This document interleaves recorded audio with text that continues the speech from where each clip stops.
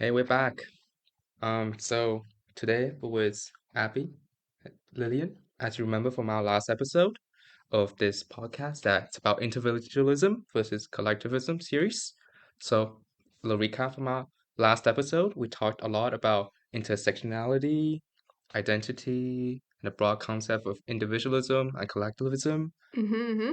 Abby, to our viewers that might have not watched our last episode, do you have idea of what individualism, collectivism to you is? Um, from the last episode, I think it was more broad, like Mm, general collectivism in the Asian community, in the American community, and how the hyper collectivism in Asian community forces individualism, but then also individualism is kind of looked down upon in Asian what did culture. you think of that?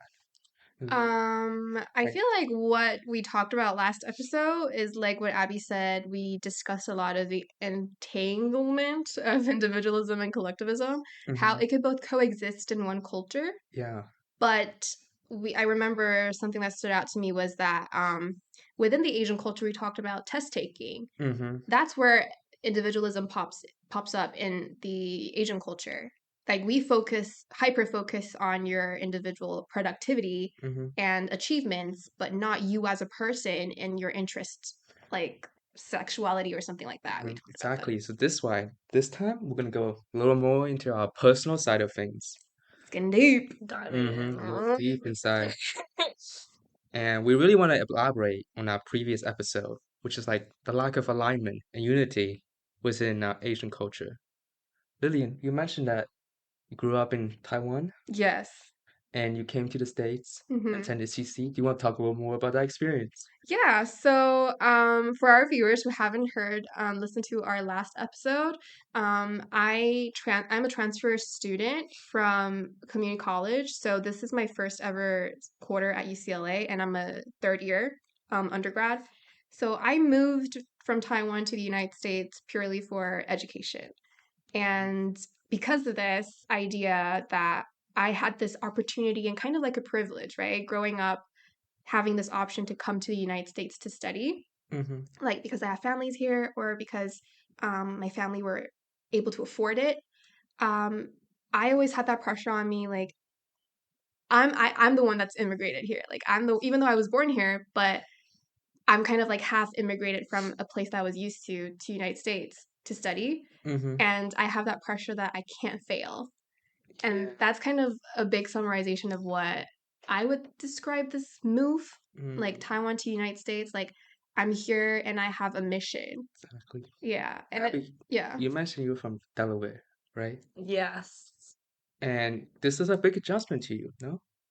Yes, it's a Moving big here. adjustment.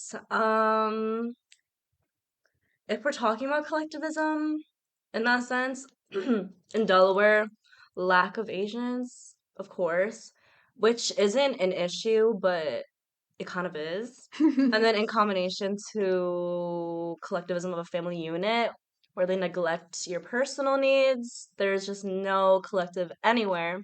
So I feel like growing up, I had nothing to bounce back on. So I feel like from a very young age, I was very hyper individual. And I also did dance. Like I did ballet pretty intensely for a while, but there was no other Asians either. Mostly all just white people. Hmm. And music? Oh, music I did do for a while. Damn, you're Um, everywhere. You did I everything. played violin and clarinet. Yeah, I play violin too. Yeah. I mean, I'd Wow. rather choose violin or piano if you're Asian. So, Kind of real. and You did do piano. piano. Play piano too. That was pretty heavily Asian, but because the lack of alliance, it's just competing. It's like in music, you know. Mm. So yeah, basically in Delaware, nothing to jump back on. And then I would assume once I come to California, it's better. But But in my opinion, I feel like East Asians in general are very cliquey and cliquey Mm, to the point where they will exclude their own their own kind, their own race. Because mhm. there's a very strict criteria you have to follow if you want to be in a clique of it. If you have to act a certain amount of Asian, which is Mm. again, it's kind of like problematic in itself, Yes. but you have to be a certain amount of Asian to Mhm. kind of fit in, I think, with a clique. I actually resonate with that because, Yeah. like I was saying, I came here because I have like an education pressure that I'm here to pursue higher education. Mm-hmm. And growing up from Taiwan, like in the Asian education system, it's like super competitive too, Yeah. where we do everything based on your grades and ranks. So I came here without knowing there's like I know there's a shift, but I'm not used to it. It's like a culture shock to me. United States is so much more open, so much more diverse. They're so much more outspoken. When I came here, I was trying to take advantage of all the resources I can. I'm trying to like be a good student, be efficient, be, resourceful. And I did start to develop that concept because of my friends here. They taught me that you have to depend on friends, depend on people instead of just always focusing on yourself and being, trying to work so goal oriented. But when I was starting to feel like, oh, I do want to make a community, I do want to find my fellow Asian friends and, make new friends, make new second family, home away from home with my own people. Mm-hmm. But when I was in my community college, I found that it's kind of hard. Like you said, like the East Asians don't really look eye to eye. No. Even within Chinese communities or even Taiwanese to Taiwanese, there's always this competition.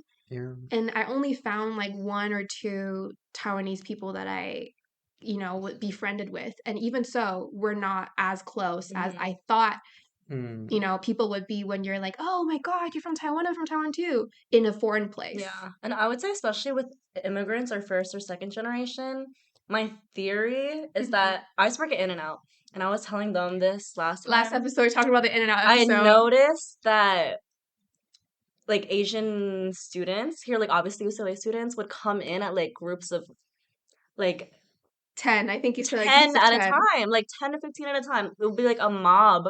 And I was like, oh, maybe they're like coming back from a club or something. I don't know. But they'd like come in this mob and like they would be like too scared to order. I'd be like, oh, like I'm sorry, I can't hear you. Like, can you please speak up? Mm-hmm. Type shit. And so my theory is just like, especially like as an immigrant, first or second generation, like very so insecure that you kind of need to like be behind the shield of like other Asian people because like, oh, like I'm Asian and I'm proud, but not if I'm alone. I have to be with other Asians. Yes, that's such a good way to put it too. It's funny you said friends because like in China, it's like we have a competition, but instead of being like the school forces on you, it's almost like the friends forces the competition among each other. We have that Mm-hmm. peer pressure thing. In Mm-hmm. fact, I have a story about that. Mm-hmm. They used to like post all our test scores on like these billboards, Mm-hmm. and after class or after eventually they come out eventually, we have to look at our scores and compare one another. It's like you're silently judging each other, but you're not saying anything. Oh, What do you guys think about that? that's weird. They would not say anything. So you just look at the billboard and then you guys just like, oh, I'm here. But then like Yeah, side eye each other like, kind you're of. here? Yeah. Mhm. Well, I think Because the like parents see that too. the It's not. parents, yeah. It's not just us. I feel like the parent is the one that talk the gossip among each Yeah. other. Well, I don't know if this is what you're asking, but I just think like within the Asian community, confrontation and being Mm, open is just not a thing. So like they would silently judge you, but they wouldn't be yeah, like say you did really bad one time, right? right. I doubt they'd be like, "Oh, are you okay?" They'd No, probably just in their head be like, You didn't try hard "Damn." They'd be enough, like, or like, "Damn." yeah. to be honest, mental health doesn't exist in China, no? No. Yeah. Funny enough, this is where our individualistic side comes out. We're very competitive. Mm-hmm. Like we only always need to be better than our peers, Mm-hmm. right? So I got a question for you guys. Yes. What do you guys think of like um North Cal versus South Cal, Southern Cal? Guys, I don't really have much to say on this. I'm not from NorCal. I think that question was for you. You moved from China to NorCal and then came to yeah, SoCal, I right? did. I asked myself that You asked question. yourself questions, Yeah. so pass the mic to you now. What do you think? If did you think there was a shift within the Californians, or you're like you're too young to remember? Oh, and also just I don't think you said where you're from Oh yeah, this time. Yeah. I So, remember we mentioned it earlier. right now I live in Sacramento, and but I moved here for school. Hmm.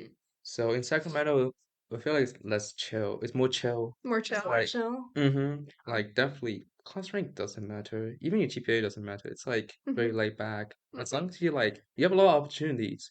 You can go to work, can go to community college, Yeah. can go to actual college, you can go to work, go to community college, and then get into a 4-year college, Hmm. right? Get your bachelor. There's a lot of opportunity here. Yeah, Yeah, but in exactly. Los Angeles, I think it's a little different. It's like that, LA is just yeah, it's like mindset's a little different. You just want to do Yeah. things. You want to get an education as quick as possible and then get a good job afterwards, no? Get a high-paying job. That's the goal eventually, right? in LA, you think? Because it's like the housing here is so expensive. It's like that Yeah. almost given that you have to have a good paying job to stay Right. here. And I Good wouldn't to say me. necessarily for education, just like everyone's on some type of grind. Mm-mm. It's not as much as New York. I know New York has a New huge. York is more like as someone who has been there like many times, Mm-hmm. relatives used to live there. I would say I this is my analogy. I would put it I love your it's analogy. not really an analogy, but in New York, I think you get lost in yourself more. Like with you get with it's like more hyper individual, I would say. But I think in LA there's more pressure to fit into the city culture, if that makes sense. Mm. Um, and I say this probably because LA is more about entertainment and New York's more Hollywood. finance, but like I would say LA, like if I were to tell like any young people coming to college who were like me or maybe or like had really strict Mm-hmm. parents and I'd be scared that they'd like go crazy, you know? I'd probably be like, oh, like don't let the city like take you, like LA. But like New York, I'd probably be like, oh, just like keep out for yourself more of. That's so funny. My friend who transferred to UCLA Hmm. 1 year earlier than I did, and then the group of friends were talking about her because the next time we see them, they're talking in an LA girl accent. Oh, the accent change. They didn't sound like that before. Hmm. And we were in our group discussion like, "Oh my God, LA changed you. You just adapted like the LA accent. Like, oh my God, like I Yeah. don't know how I've been specifically told that how I've been California vacationified or something. I've been told. there is a California. Californian Yeah. accent." But yeah, I kind of digressed a little bit, but what we were saying was the differences between like locations Hmm. and then our adjustments. Yeah, but you also mentioned that you're from Taipei, no? That's a big city too. I'm from Taoyuan, so Mm. Taipei is the capital city, and the city that I live in, Taoyuan, is where the international Airport. airport's at. So it's like one city below, but it's still like a big city, I would say, yes. Yeah. I feel like Taiwan's so chill. Maybe not for you because I only go there to I don't vacation. really know. I don't really have an opinion on this. It's Mm. interesting. Got You guys no are talking opinion. about You got locations. no opinion. Like, I can't really tell. I don't know. Like maybe academically they're more competitive, but I feel like as a society they're like relatively I feel like, I'm not gonna lie, I had biases and I Mhm. have my own stereotypes. Like I Yeah. think I'm sometimes I catch myself being super judgmental Hmm. even within my own East Asian and Taiwanese community. Of So other people. of other people. Uh-huh. So when I was growing up in Taiwan, I would always be like, um, I don't know, it's just sometimes I feel like I don't fit in and then I just because Yeah. I'm like you kind of said last time, I'm not Taiwanese enough and I'm not American enough here. Hmm. And back then, everybody would just call me like, "Oh, Lilian, the girl that's from America, the girl that has really good Mm. English, the girl that's, very Yeah. American." And that kind of was just my label growing up. Yeah. There's no like there's it's like never good enough. Like if I ever visit my family back in China or Taiwan, they'll always have some shit to say. Like always. I'll literally be like eating like the food up, like literally inhaling it, and they'll be like, "Oh, a so picky American," you know. But then obviously, if you're in America, it's like you're Asian, you know. Yeah. So it's that.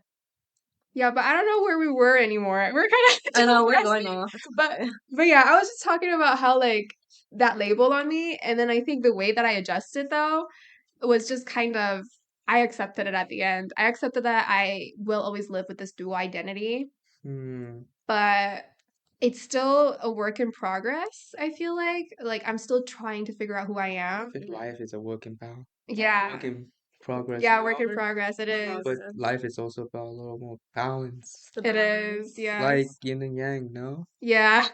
But specifically, Such a Chinese analogy. But yeah, uh, I think for me though, like the reason why I came up with like the idea of individualism versus collectivism as our podcast is because I know I was going through that. Like even now, during my community college years, I was trying to figure out a lot of this thing that I reflected on didn't come up until I was alone in the United States trying to grow up and be Yeah. independent and then, work as well, pay for my tuitions for my community college and stuff like that and trying to find resources. And then it just kind of hit me like dual identity is not necessarily a negative thing. I Mhm. grew up feeling I have to belong in one box. Yes. Right. But now growing up, I feel like, I'm just going to accept that I always will be a little bit of both. Mhm. Like, I will never be Chinese enough for some people. The things that I Yeah. like, the musicians they listen to. I always listen to English music. I Mhm. love R&B. Right. I still listen to some Chinese artists' songs, but like there's this kind of a little bit of acceptance now that I'm fine. Like I'll always be living in the gray line, feeling a little bit of American, a little bit of, Asian. And I Yeah. think I'm okay with that now a little bit better, but I'm definitely still trying to figure it out. I feel like acceptance is ultimately better than rejecting yourself, and then I because it can know, always go yeah. back to yourself, you know. So Mhm. like if you accept it now, it's Yeah, like you said in last episode too, like you had that phase where you actually hated your own blood. You right. disliked your Mhm. own people. Yeah. I think I don't know if I went through that though, but I definitely had like a resentment, I think, towards other Asian mhm. people.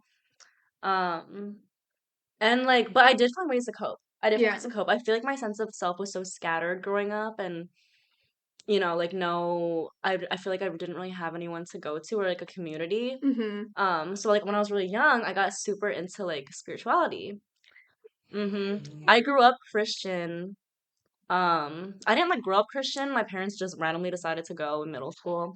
But I think it was because it was an Asian church, so I think it was more for the community than the religion at first. Mm. But I did end up getting baptized. I think I did have my moments where I'd be like crying during church. And then we'd be like, oh my God, it's God. And then I would look back and I'm like, no, it's just like you're allowed to express your emotions. So all these Asian kids are crying because they can finally like express their emotions and they're like, it's God. But yeah, and then during COVID, I kind of went crazy. Like I stopped going to church, I quit dance, and I don't even know if I can like say it on this podcast. I started dabbling in psychedelics. I was too Mm. young, in my opinion. Now, like I'm not condoning the use. Mhm. But like during COVID, I was like 17, so your brain is still like pretty malleable. I wouldn't endorse this, but that's like the extent I think to what like my spirituality got to. I kind of like isolated myself, cut everyone off. So then I was hyper individualistic at that point as a result of not feeling like I belonged anywhere. But now, and I feel like this year is like the first year that I'm really like reeling it back in, Mhm. finally balancing between both. Because freshman year was pretty rough with it, adjusting to socializing again. Mhm. And Yeah, then I last year can was pretty imagine. rough, right? I'm like thinking about what do I want to do. I'm in school, like I Yeah. still have no idea.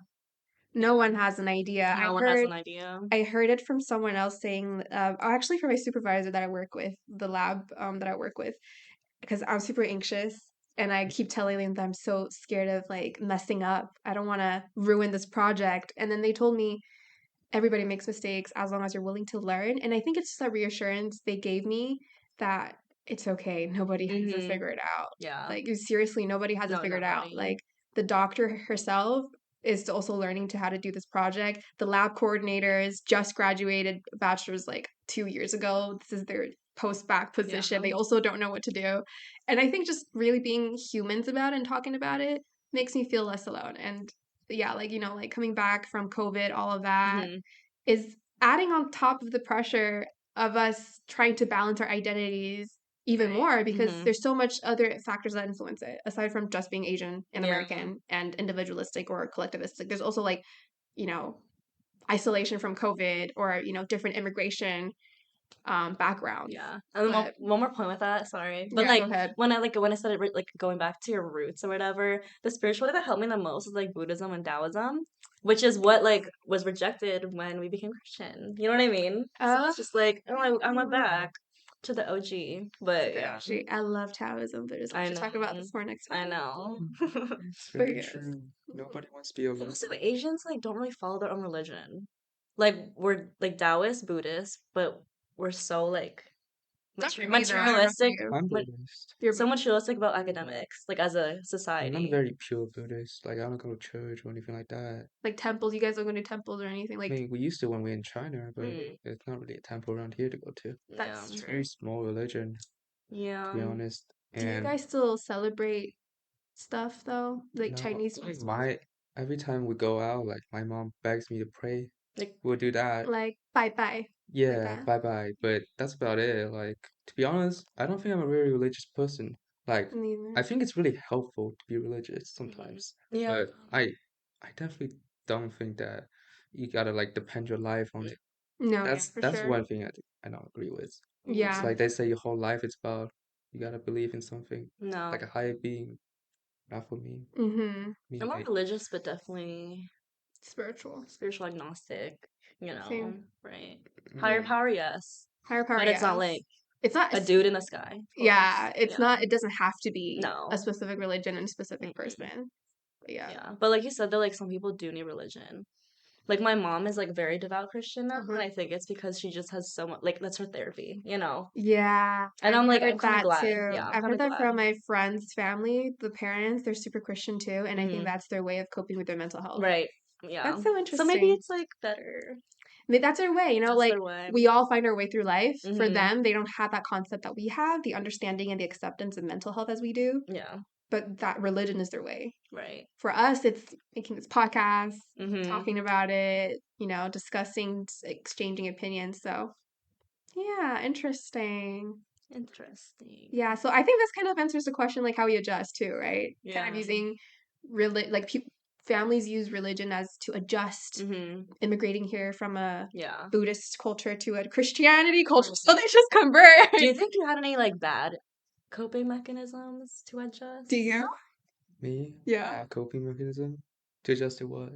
To adjust Life. to like right to life. Well, The balance between collectivism and individualism. I The mean, thin line. Do you? Like how do you adjust? We were talking about us. Yeah. I didn't really adjust, to be honest. You just went with I just went with it, like just go with the system, honestly. Yeah. And it took years, took like 8 years. 8 years. Basically, ever since I got here, I've been trying to adjust. And maybe I'm getting the hang of it. Maybe it'll take another 10 years. Mm, Forever. there, I feel like I would never fit in entirely, No. but that's yeah. okay. I've come to terms with that. But also like it's like it is about a mindset thing too. If you like gaslight yourself into being like, oh, I fit in here, then like you do.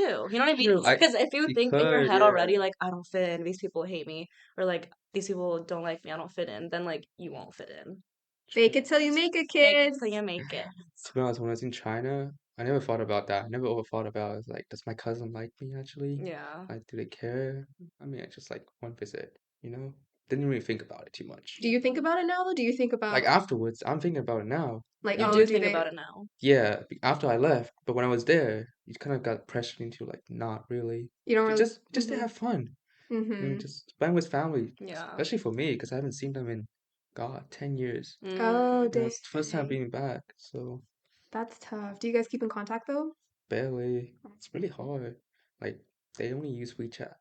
Yeah. And You could use WeChat here I though. just I ignore know my I could, I but just like ignore the this, chats. it's really hard when you're like you're just talking to them and it's like a time difference. So when I'm Oh, going to sleep, they're awake, and then that's when true. they're awake, I'm asleep. And there's probably such a cultural difference now. It's like, what is there to talk about? Yeah.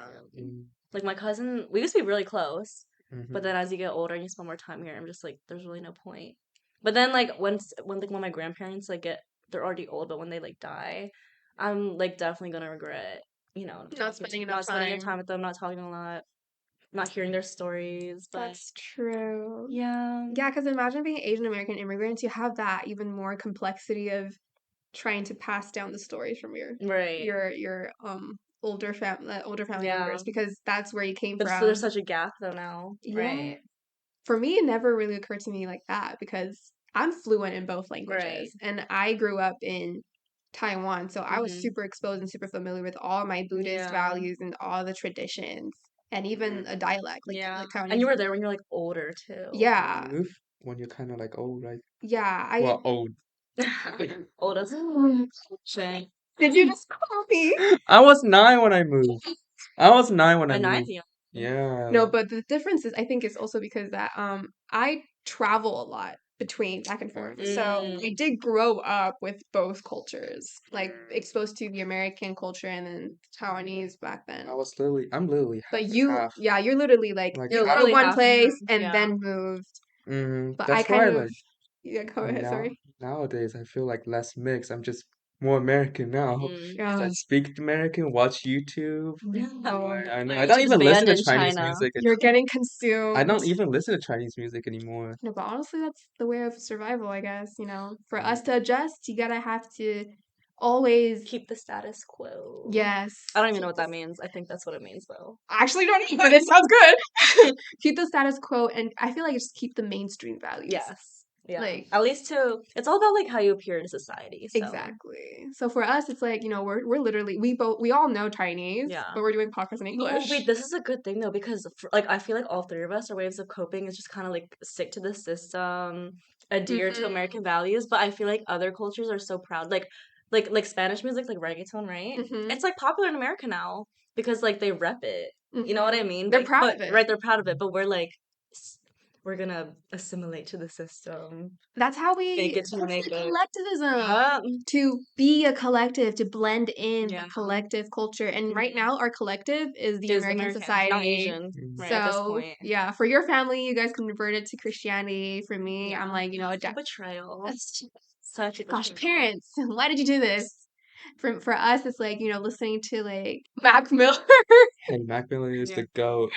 and then Or Lana Del Rey. and listen to Admitted. American artists. Yeah, Not NF though. not enough. I listen to a lot of rap, which is And it's counter. not bad, guys. I'm just looking at you because And it's not bad. I do like NF's music. mm, I like his lyrics, not his. I mean, I like his music. I'm just gonna Yeah, admit that's it. good. mhm, Yeah. Rep it. So yeah, I feel like the way we adjust in our own ways is, I don't know, it's all the survival mhm. instinct that we But kind of talked about but I kind too. of feel like we can see that around the campus too, right? I feel like it's more unity around the Latino clubs. Yeah. The culture clubs, right? I know, like I'm. We're just like, I collective, yeah. But I remember like my non-Asian friends are always like, "Why don't you join like an Asian club?" And I'm like, "Okay, which one? this How? one, the Oh, this cultivation. one. Association, American Chinese Association, Chinese Student Association, There is the Filipino. Filipino student. There's a Vietnamese one. Filipino forward too. There's Singapore. I think I see a lot more on like universities, like Hmm. at least in the UCLA. Yeah, I feel like there is Asian student yeah. like identity clubs. And they have Asian sororities. Oh, there is? Yeah, I didn't even know that. my roommate's I in only an have Asian Asian friends, sorority. but There's an Asian but frat you know, I too. don't ever see international student there. No. No. No, but Oh, you see the international The students in like CSA, like Chinese Student oh yeah. Association. I never went to that one. I know, but I feel like the Latino ones, like they're like welcoming to other people too. You Mm-hmm. know what I mean? Yes. Versus, I don't know, it's hard though. But like it's No. definitely more common for I think Asian like people on campus to not know which club to go to. Yeah. Or to just not even join a club. Yeah. Like for me, I didn't join the TSA or Mm-mm. the Taiwanese Student No. I Association. like was going to, but then also like no shade. But I was like looking on the Instagram and then I was like, I just don't feel like we'd we'd vibe, No. you know. Yeah. But like they look really sweet. I think not to perpetuate any like negativity No, or no, no. stereotypes, but I think what we're trying to say here is that there is just a the fundamental difference in like the Latino cultures compared to us. Yeah. Their Right. unity is different Their unity is compared to us. different. And even if we have Asian clubs, it's still like Not we the have those same. doubts, right? Yeah. Like the division that we talked about within Right. Asians, like, oh, Yeah, it's like I shouldn't have to wonder if I will fit in or be accepted. yeah, like, do I Right. fit in this Taiwanese American Student Association, or do I fit in the Taiwanese American Student Association? Like, and do I like befriend Southeast Asians, East Asians? Like, which one is my gang? Like, where am I? Hmm. But I think, yeah, I think it did get a little bit better for me when I transferred here. I don't Hmm. know. I think it's just because the difference of college level, Yeah. community college compared to university level, but yeah, I would suggest though, like if anyone is also struggling with these type of identity crises, I still struggle with existential crises and identity crises. It's never going to end, trust. But finding your community definitely is a start. And Yeah. whether it has to be a club or a student association, I think it just depends.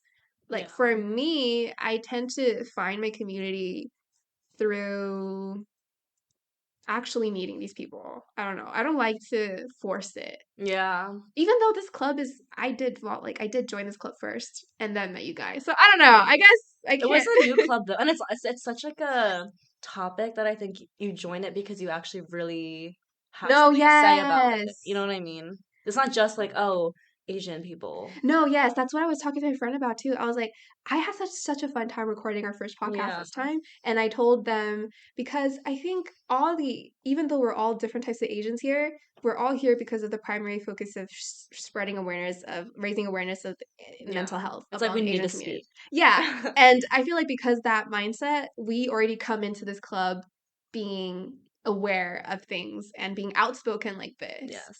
And that's our commonality Right. in addition to our Asian identities. Right.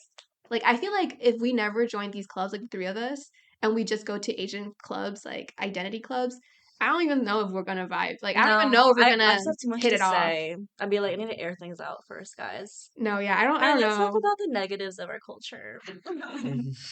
Yeah. Yeah. And like I'm not really involved in clubs that much. I mean, I am this year now because I was like trying to pull my shit together. Mm-hmm. But like for us to care about this enough to show up, consistently, join a project, Yes. and to like show up and do it means that we care about it. Exactly. And I So, think that's a very like a big motivation for all mhm. of us. I don't know if it's the same for you. Did you just come here to be like, I don't know. You're like, "Ah." Well, I came here with a vibe first, Oh, for the vibe? For the- but also talk about mental health because no, I truly care about it. yeah. I feel like we all suffer at some point about it, a little bit. Yeah.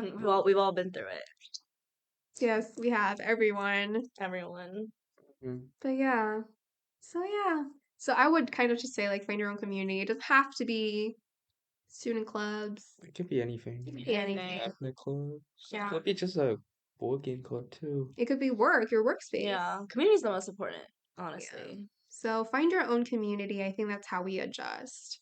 And if you can't find your own community, of course you're depending on yourself, but there's always different ways to start, like Mhm. first you try to reflect on yourself and know who you are and what you want first, and then when you go out there and meet people, you'll attract the similar Yeah, type of people it's like instead. self-acceptance Yes, Mm. self-acceptance. It's like easier said than done to Yeah, like we're accept definitely not there yet yourself. either.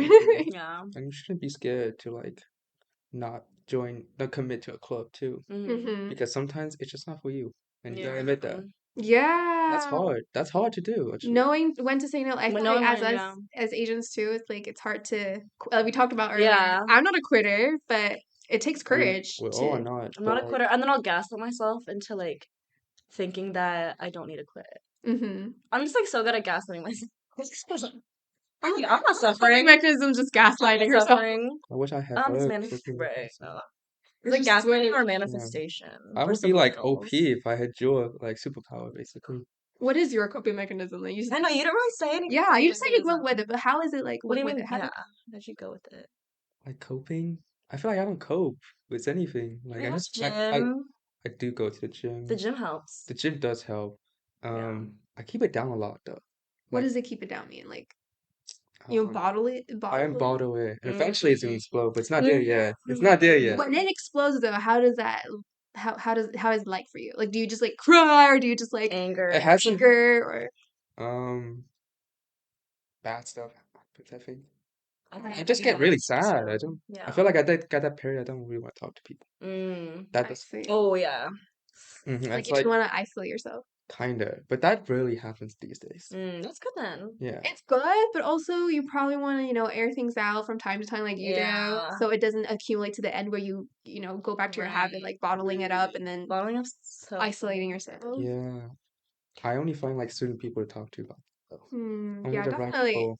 The people you Mm-hmm. trust. It's probably different for guys. Yeah. I There's think also gender differences right, here gender too. differences. I Yeah. think girls like so easily were just like, oh, I'm going through it. Girl, You know. I had such a Yeah, bad day. girl, I'm like Mm-hmm. doing so bad right now. Yeah, and then we cry together and we're And then fine. yeah, and then we cry together, we're fine. Or we like do a little chant. Yeah. Not actually, but We got this. We yeah. got this. We got this. this. We got this. Yeah. Yeah. Yeah. To be honest, I don't really like to talk about my emotion much, and that's true for Yeah. most guys too. Really? Yeah. It's I mean, oh here, to give you yeah. an example. Like Wait. me and my gym bro, we Mhm. both like fucking bombed a test, Yeah. Mhm. and we said, "Yo, ready for lift today?" I was like, "Fuck yeah, bro. Yeah. Let's go lift." And Yeah. that's our coping You didn't mechanism, talk bro. about it, the test though at all. No, we just blast anime. So We just so blast anime boring. music, and we did like 10 pounds over what I Mm. usually do. Oh Yeah. Oh. no. No, See, no, me no. and my girls though, like I'm not failing, but like the girls that I go to the gym with, they're like in STEM, so they fail constantly. Yeah. We'll like talk about it though. Like I'll be like, "Are you I good?" mean, we talk about it's like, But are you did like, you "Are you bomb that good?" shit? It's like, yeah, we did. It's like, oh, do better next time, bro. It's like, Yeah. I'm It's here for very you. Yeah, but I'm interesting. not like, "How do you feel?" I'm just like, No, "No, I don't actually, think I'll be like, "Are you good?" You know. I mean, yeah, we say that sometimes, but But it's like like when really shit's bad, you can yeah. tell. But you explaining like you guys just going and then lifting heavier, like Hey, it's so no, we're doing it until failure. no, I know, but like that's so funny because you guys are like, oh, like this, but then it's like, let's just talk about it. it's so No, interesting. I can't describe it. I just don't. Because Because I don't want to talk. yeah, but like I get it. when I don't talk about it, it does bottle up, and then I get mad at people, or like I'll get Lash out. sad or lash out. I feel like I would never do that though. Like, You don't do Mhm. that? You don't lash out to people? I don't really want to. I hurt them too. Yeah. Well, I like want to, but then I stop myself. I lash out to people. I just have no inhibition. Yeah. I mean, I listen a lot. I'm a pretty good listener sometimes. Sometimes I just listen to a lot of people rant to me, Yeah. and I just nod. That's good though. Okay. That you don't. But what about when you want to talk to people? Do people listen to you or do you just Depends on the people. Mm. I mean, depends on who I've done it to people that like just look at their phone, Oh, and I've done it to people that actually listens to me. Those are the people that I call them best friends. yeah. Those are your best friends, real And these friends. are the people that I'll text a lot. Yeah. Yeah. hmm That's good. At least Yeah. you also have your own community. I think that's really important. Even though you guys like with your closest friends, you guys don't talk as often as like, girlfriends do, but I think it's so important you have those people that you can lean on, Yeah. whether it's like gym bros or not. hmm Yes. It's like an underlying, you guys are Yeah, tight. it's like You know you guys are tight. you guys don't have to say it to know. Yeah. And then you guys are just there for each other. And I Mhm. think that's just I don't know, not to generalize, but I No, not think to that is generalize, because I used to be like that too with my friends. I think that's just like very common differences between guys and girls. Yeah. But Yeah. I think it definitely it still depends on the personal preference too. Yeah. hmm Like I was not like that Yeah. before. I'm also not super extroverted either. I guys or the guys you know or like just Or no, just just you. me in just general. oh Yeah, so I don't have that many close friends, but I try to keep it close. mm, I feel like That's I'm for me either or and personally. there's no in Yeah. between. I wish there was like a thing that's between introvert and There extrovert. is There is? ambivert. I've I never. would say I've I'm an heard of that, but ambivert. like, I'm probably 50-50. You're probably 50-50 or like close to. That's called an hmm ambivert I though. did not know that. I don't know what ambivert Yeah, I did that not word know. sounds I I did just not know the Ambivert. name for it. I just know there's like a thing between, but like I Yeah. didn't know the name. that Word word of the sounds so day, cute. ambivert. Here, put it in the middle. Ambivert. Ambivert. I don't know. But I feel like it's close to wrapping up almost. Yeah. Yeah, but I feel like we should end with like some suggestions to our listeners, Yes. like who might also struggle with like communication, identity exploration, Yeah. like maybe just finding a balance at UCLA because it's a little tough around here, Yeah. classes, midterms, It finding is. friends, socializing, club finding, stuff like Mm-hmm. that. Let it out and cope with it before you start using bad things to cope with it. Yeah. Yeah, That's a slippery slope. it is slippery slope. I feel like mm, I don't know. I suggested already, like find your own community, but like your own self care. I feel like from time to time, taking some time with yourself and really like we also talked about that last episode. Introspective is like super important because we could reach world peace by being reflective. Mm-hmm. But it's like sometimes you need to check in with yourselves to see where you're at, and if you're not okay, it's okay to admit you're not okay, and it's okay to feel all the emotions you're feeling and I feel like the most important part out of all that like reflection is to be aware of which part that you need to kind of improve on and actually like take action. And it's never easy because it takes work. It's just like everything. Like if you want it to be good, if you want something to be like a presentation to be good, you need to put in the effort to make it good. Like with yourself too. It's karma. Yeah, it's kind of like karma. Yeah, like you have to put in the good seeds or good investment first, and then whatever comes out will be good. So you can like it's different from talking about it and actually doing it. Yeah. And I feel like that's the big discrepancy that we see a lot.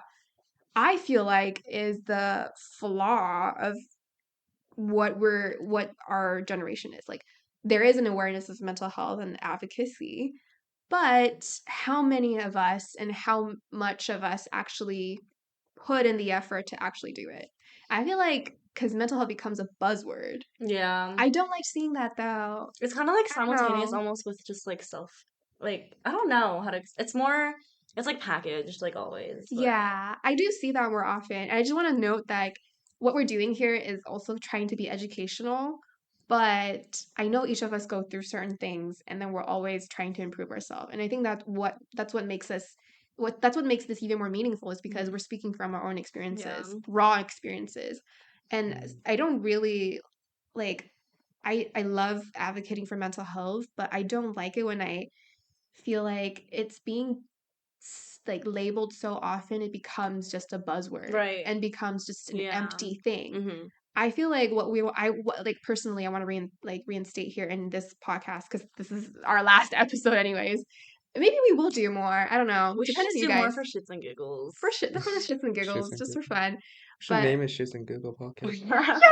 yes, that's funny. Please keep a mental note because I'm gonna forget. Okay. And I feel like just want to. It's on record. I'm recording. See, my brain doesn't work. But I just want to like reemphasize. What was I gonna say again? I just want to Re-emphasize. Oh, That's you all I don't like remember. how it's packaged. Oh yeah, I don't. I just want to reemphasize that like, we encourage people to, reflect on yourselves and hopefully like you find the strength in yourselves to actually either seek help, either it's professional help or just from social support. But it all comes down to your own personal choice, taking the steps. Do you want help or not, or do you want to be better? Do you want to improve on your flaws? Stuff like that. Sometimes it's easier to not improve. Oh, my book rack. Oh yes, it's little like a it's just so Chinese. I was like 那个 哦那个那本书 I was like oh 那个 That's You sound like a Chinese you word, just said guys. two Let's N reiterate it. I don't know if Disclaimer, that's like a Chinese word. yeah. I know. And I we know. but they don't know. Maybe they don't know. I've seen those videos Yeah, maybe. where they reacted to that song where they just keep saying. Yeah. It's funny because I catch myself like slipping out Chinese words sometimes. Yeah. So I was like, Yeah. anyways, That's like the worst one though. I just want to I want to like promote a book that I read recently and I loved it. It's talking about Asian American mental health. It's called Permission to Come Home by Dr. Jenny Wang. She's Taiwanese American. She's a clinical psychologist. I think she's based in Texas. And she's just very, her content is very comforting, I find. I also recommend it to you two guys too. If you guys have interest in it, that book really helped me learn more about the Asian mentality and how that manifests in our life and how we need to deal with our anger, we need to deal with our relationships with our parents, or how we can keep our boundaries up too, like we kind of talk about in the first episode. That book I feel like is a really good summary of what this podcast is about, like individualism versus collectivism as Asian immigrants or not, just the Asian identity and Asian Americans who lost touch with their Asian roots and still want to know more, like which stage you're at, which phase. I feel like that book is a really good, I don't know if it's beginner level though, but it's a really good guide in general. So that was my last suggestion and outtake to share with everyone whoever's watching. I don't even know if anybody's going to watch our podcast. Well, it is very therapeutic for us making it though. So yeah. Anything else you guys want to add? It's about the journey, not the destination. She always be saying quotes. Basically just meaning like if you do make the decision to get better or to get help, it's not going to be all the way up. It will not be. It will not be. It'll be like that. Yeah, it's definitely gonna be up and down. Yes. Mhm. Yeah, definitely feeling those downs, but Yeah. Can't beat Abby. She's too good at the quotes and stuff. But I'll just say, just be yourself. That's my end of the speech kind of thing, I guess. love that. Be So yourself. good. Just be Mhm. yourself. Be yourself. Because who else would you be? Yeah, Oh, just gotta facts. stick true to yourself. Mhm. Don't change anything, but Yeah. I mean, change the bad things. Yeah. Don't hurt any people, but you know, Mhm. be true to yourself. Yes. True. I think this is a good place to end it. Yeah. Yeah. Change the bad things. Don't reject them, though. Accept them, reject. Yes. Ooh. Accept. Girl, you're so good at this. Maybe we should just say things and then you turn them into quotes. No, yeah, we should just I say told it, and you're just a quote spitter. Yeah, and then we keep putting it here. Yeah, like the running Uh, over. Uh-huh. It's like Abby. Abby.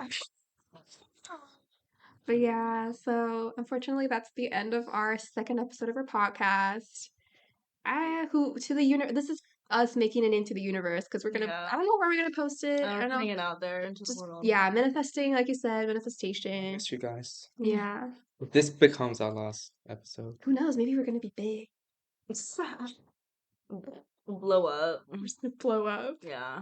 It's gonna be our side hustle and Right. And it'll turn into a main hustle. yeah. But yeah, hope whoever's watching, you guys are doing good.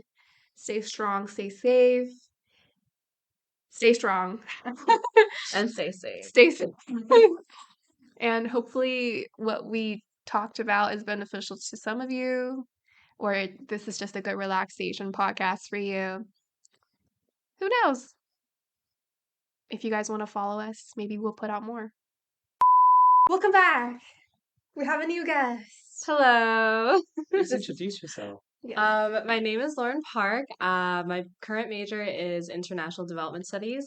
Don't ask me what I do in it because I still don't know. I was born and raised in Seoul of South Korea, and I moved here when I was about 8 or 9 years old. I'm the youngest of my immediate family, as well as my extended family, and I have an older brother who is about 5 years older than me. That's very interesting. So you're like the youngest out of your whole like relatives. Pretty much, yeah. I was the last one. Do you get babied a lot? Definitely by my extended family, not so much my immediate. Um, to be honest, in my immediate family, my mom and dad always joke around that like I should have been the firstborn. If you're independent, like you mentioned. Yeah, I was always the one that liked to just deal with the own matters of my own life.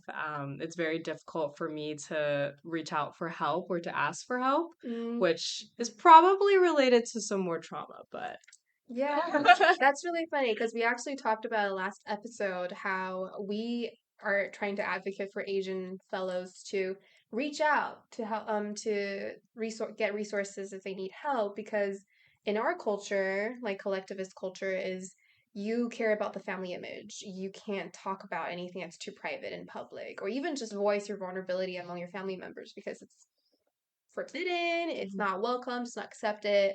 And I feel like the whole point of our podcast here was to try to target that and be aware of that and also educate ourselves and the audience about, there's something more to it. You don't have to always adhere to whatever we were raised, whatever values we were raised in.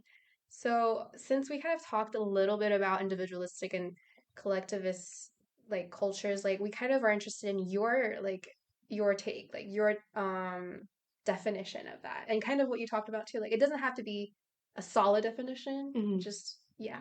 yeah.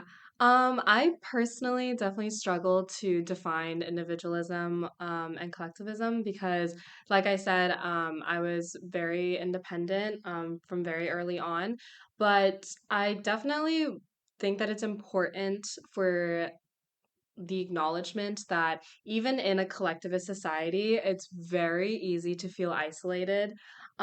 Because when we think of like collectivism, we try, like most people kind of get the image of like, the village all comes together. But like, in my opinion, it's almost the opposite of that. Yeah. And so, like I kind of think of it as in like, let's say like a baby falls on the street, like they just trip and fall in a more, I guess from where I grew up, like more Asian country, a lot of the time, like an older woman will like come by and be like, "Oh, like, are you okay?" And like help the baby. But like in America, it's like if they see a baby fall, they're like, "Oh, they'll get up on their own," like they'll be fine. Yeah.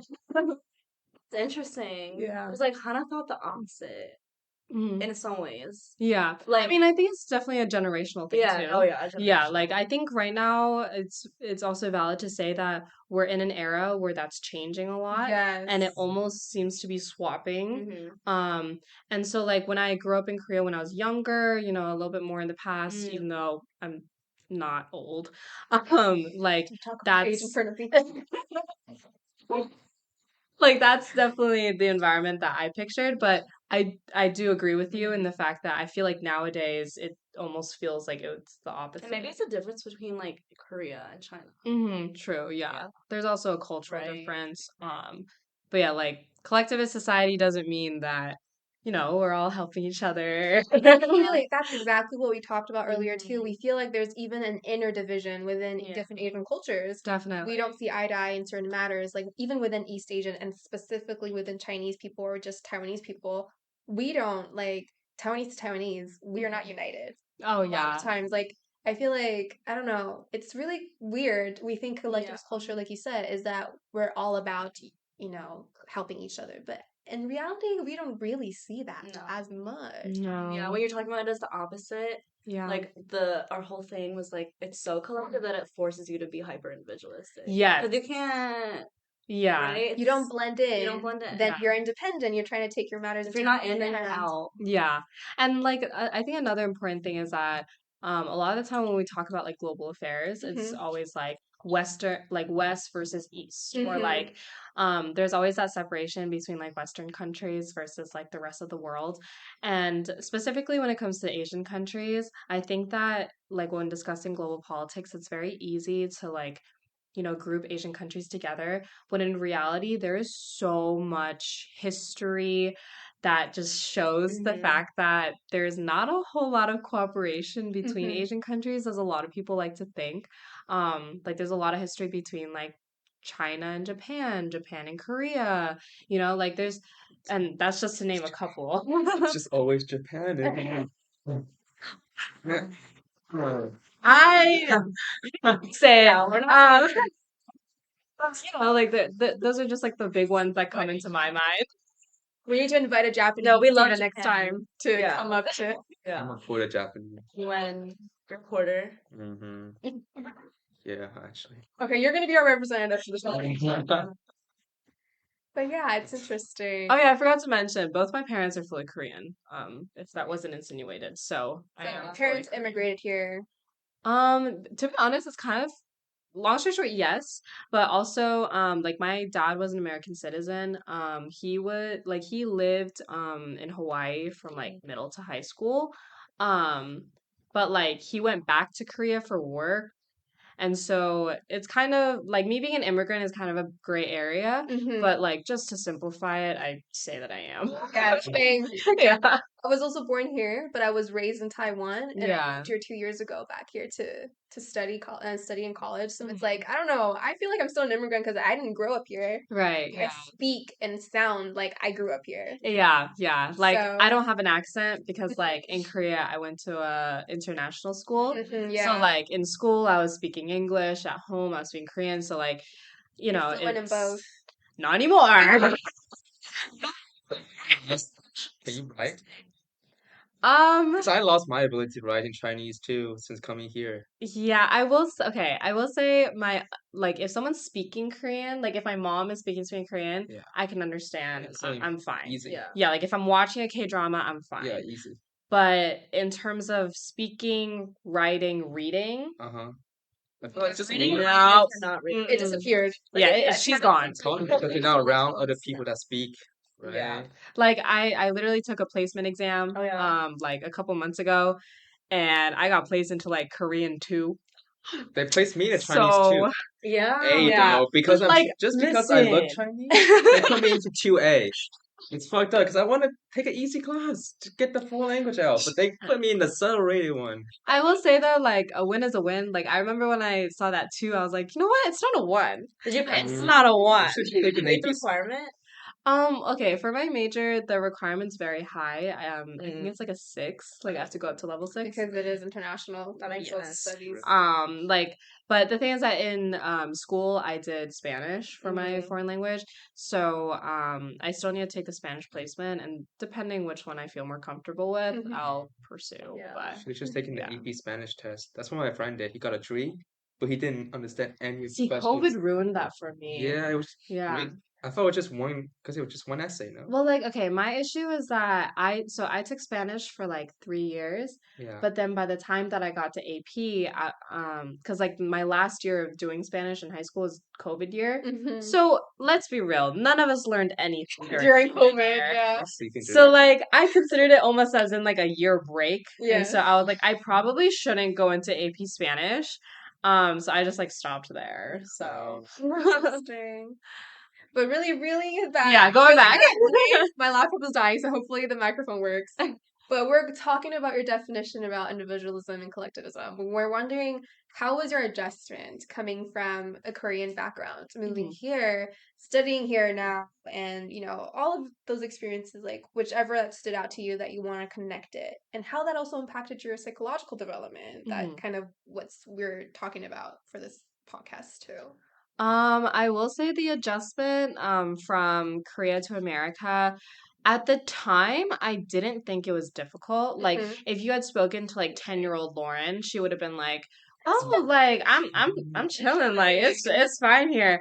But looking back on it, there were many things that I was ignorant of that I know of now, and I'm glad that I was ignorant of them at the time. But if you're talking to like angry Lauren, she is not glad that she was ignorant at the time. Like she kind of wishes that she could go back and be like, that was microaggressive, you know?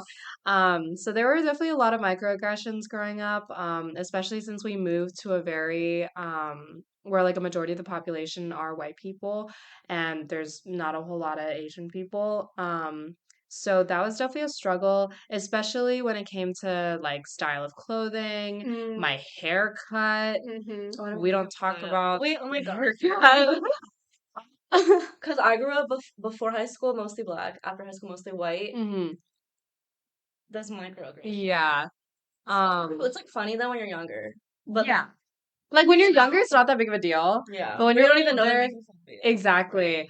Like I remember on my swim team, there was like the big like the popular fast girls.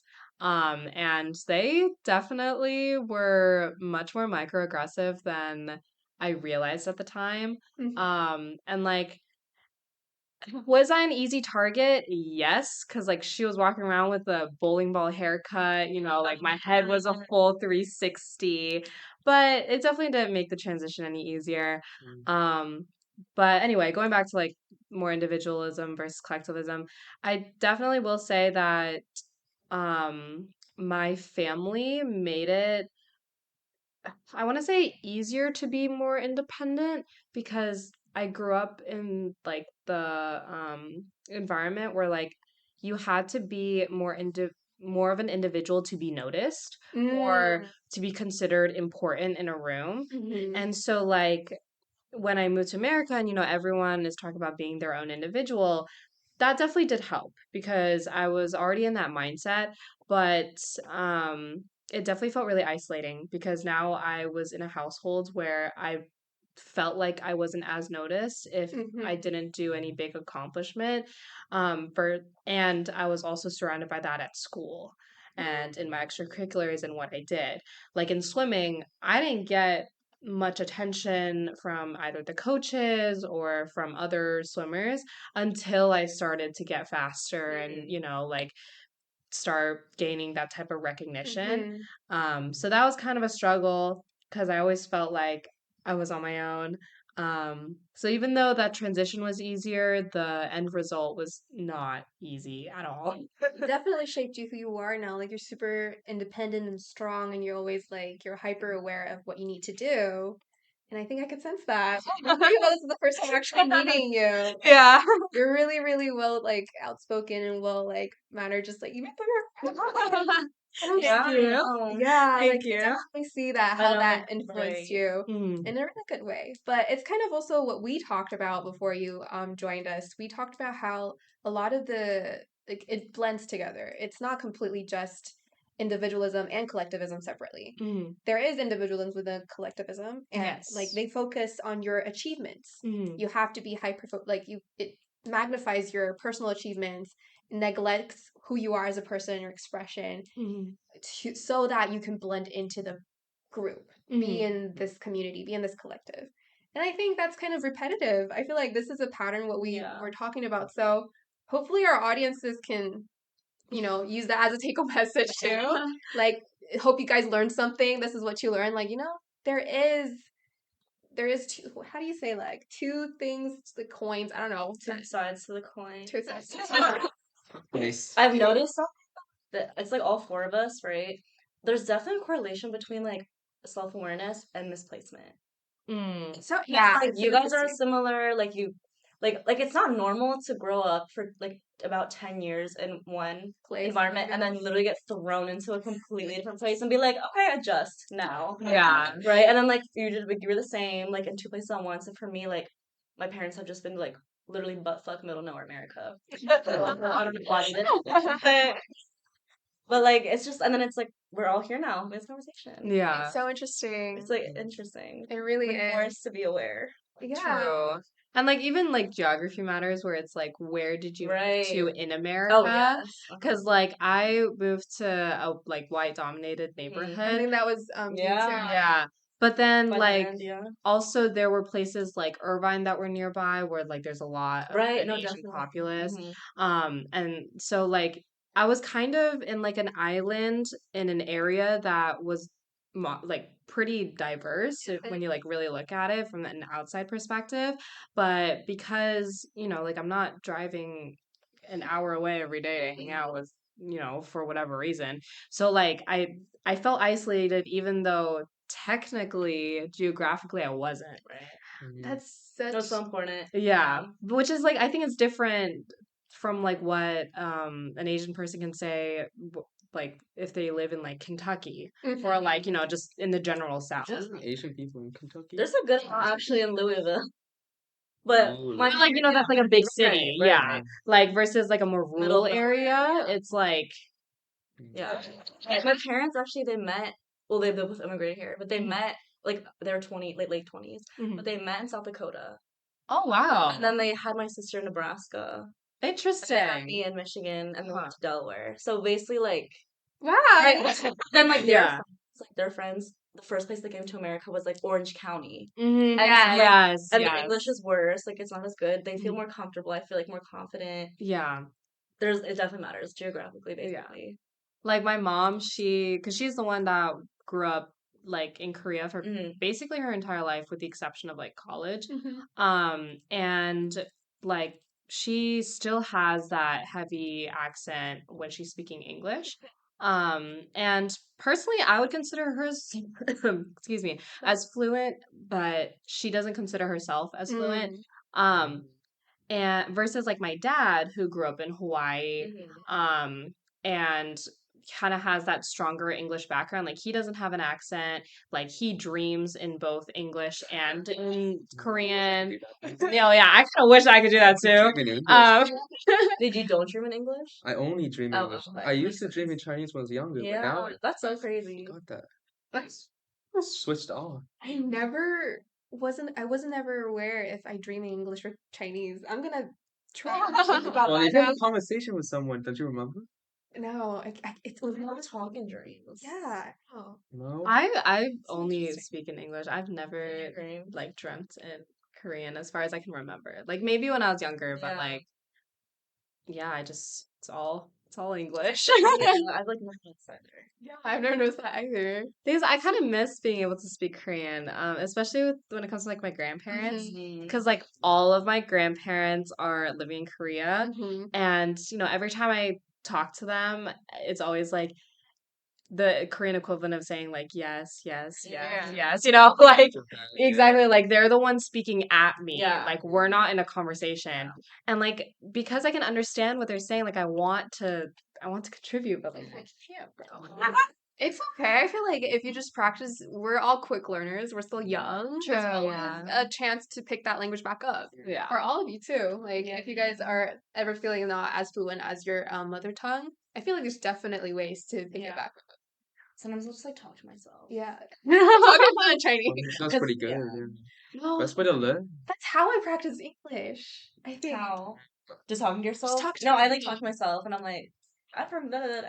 See, for me, it's watching K dramas. Like that helps. like yeah. I watch K-drama without Like- wanting to learn.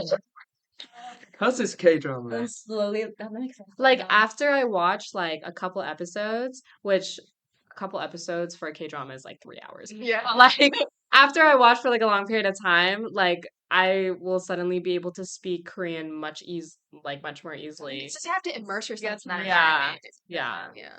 It's There's a good C-dramas, but don't. no. They, I don't watch C-dramas. I only it's watch bad. my That's why grandparents. I watch. never heard of it. Listen, all I'm gonna It's just not say good. Them are They're so okay. historical. I know that. Yeah. So historical. The dynasty. Right, the dynasty. Yeah, like they always talk about like Korean dramas too. Some yeah, Oh, really? yeah. So, well, like I will say, there's more diversity when it comes to genres of K There's drama. definitely that. Yeah. Because like, there's not like as much freedom of media maybe in China. Maybe, So yeah. it's like, It's like, should we It's like our kind of forbidden last episode. Anyway, we get flagged. We get flagged or whatever. We're located in the United States. So free speech. Exactly. There you go. But yeah, thank you so much for still making the time to come here and join us. Yes, I wish that I could have joined earlier, but I'm glad I still made it. Yeah, we're glad to have you. I'm so glad I'm so glad. I'm just so glad you guys are on my team. Because I feel like all of you are so smart, so just amazing. And then you guys have so much to say. That just makes me feel like I'm just so proud. I'm just so proud of our generation. Like, there's hope. There is hope. There is Yeah. hope. And like we all contribute something that's like different. Yes. Unique. And It's like, like a great spread. yes, there's differences, Yeah. but like there's patterns that we see that are common Yeah. in like each of us. and Yeah. stuff. Even though there's different ethnicities, there's similarities. Yeah, in our similar backstories, yeah. experiences, similar like even the way you express like the differences or similarities between individualism and collectivism. It was really similar to what Abbie said just a Right. while ago too, and we're just like, And we haven't even damn. like talked. I know, and you guys don't even Yeah, know this each is the other. first time we Yeah. met. So it's so interesting just to see that happen organically in a conversation. We should do this more. And it's healthy. It is healthy. Yeah. And it's a nice way to get to know each other more and, also be like, I don't know, making friends with the audience. If And you anyone is and you watching. want friends who like don't understand. Yeah. So nice. But yeah, my laptop's dying, so we're going to probably end here. But again, thank you guys for watching. Thank you guys for Thank coming you. here and making the time. So yeah, Lauren, Tai, Lilian, and Abbie out. Bye.